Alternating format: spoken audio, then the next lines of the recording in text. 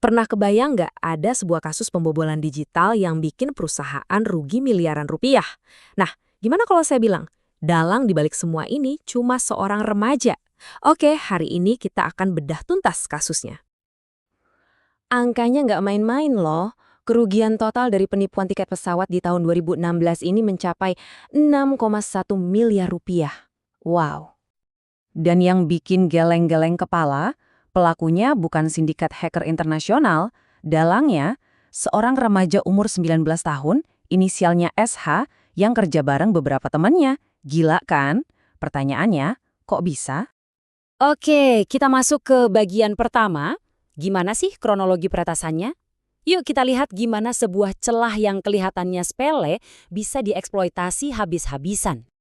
Jadi para pertes ini tuh berhasil nginep di dalam sistem selama 16 hari penuh. Bayangin, lebih dari 2 minggu. Mereka santai aja, pesen tiket, jual tiket, dan semuanya berlangsung di bawah radar. Gak ada satupun alarm yang bunyi. Sama sekali. Metode mereka, jujur aja sebenarnya simpel banget. Langkah pertama, mereka entah gimana caranya dapat username dan password milik agen travel resmi. Begitu dapat akses, langkah kedua, mereka booking tiket pesawat beneran dalam jumlah besar. Terakhir, tiket-tiket sah itu mereka jual murah di Facebook. Duitnya? Ya jelas masuk kantong mereka. Nah, ini bukan cuma soal hackernya yang pintar.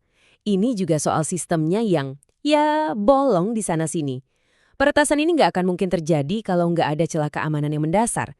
Jadi, mari kita selidiki. Apa aja sih yang salah?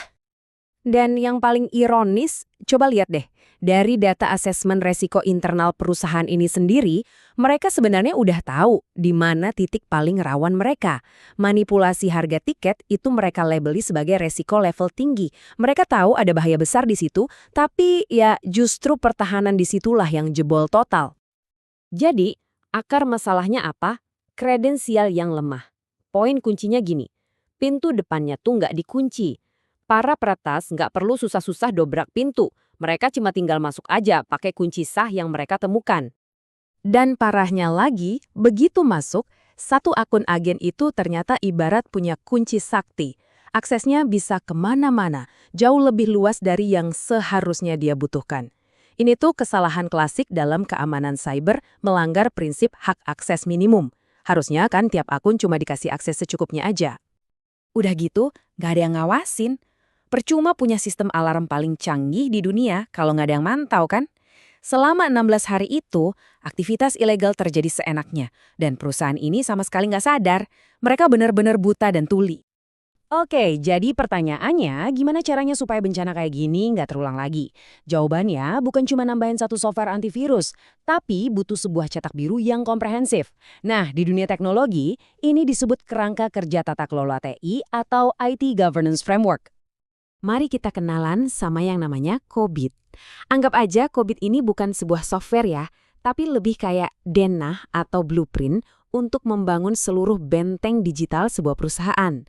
Isinya itu aturan main supaya semua aman dan andal. Disinilah COBIT jadi sangat praktis. Coba perhatikan tabel ini. Untuk masalah password yang lemah dan akses yang terlalu luas, COBIT punya aturan APO 12 soal kontrol akses. Untuk masalah pembobolan yang nggak terdeteksi, ada DSS 5 yang mewajibkan adanya pemantauan real time. Jadi, untuk setiap kegagalan, COBIT itu udah nyiapin solusinya. Ini benar-benar kayak peta jalan menuju keamanan. Waktu peretasan terjadi, tingkat kematangan keamanan perusahaan ini cuma dinilai 1,25 dari skala 5. Rendah banget. Artinya apa? Artinya sistem keamanan mereka itu sifatnya reaktif. Nunggu ada masalah dulu baru panik. Bukan proaktif yang mencegah masalah sebelum terjadi. Oke, kita masuk ke bagian terakhir. Walaupun kasus ini terjadi di tahun 2016, pelajarannya justru makin relevan hari ini. Jadi, apa intisari yang bisa kita semua ambil dari cerita ini? Pelajaran pertama, dan ini penting banget. Keamanan mitra Anda adalah keamanan Anda juga.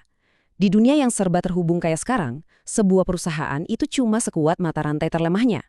Dan mata rantai terlemah itu bisa jadi cuma mitra pihak ketiga yang kelihatannya kecil. Seperti yang disimpulkan dalam analisis insiden ini, keamanan itu bukan pilihan. Dalam bisnis digital, keamanan adalah fondasi mutlak untuk menjaga kepercayaan pelanggan. Begitu kepercayaan itu runtuh, bisnisnya bisa ikut runtuh. Dan ini membawa kita ke pertanyaan terakhir buat Anda renungkan. Setiap hari kita pakai aplikasi yang nyambung ke bank, toko, dan semua data pribadi kita. Semuanya itu dibangun di atas jaring kepercayaan digital. Nah, setelah dengar kasus ini, seberapa yakin Anda kalau layanan-layanan itu benar-benar aman? Terima kasih sudah menyimak.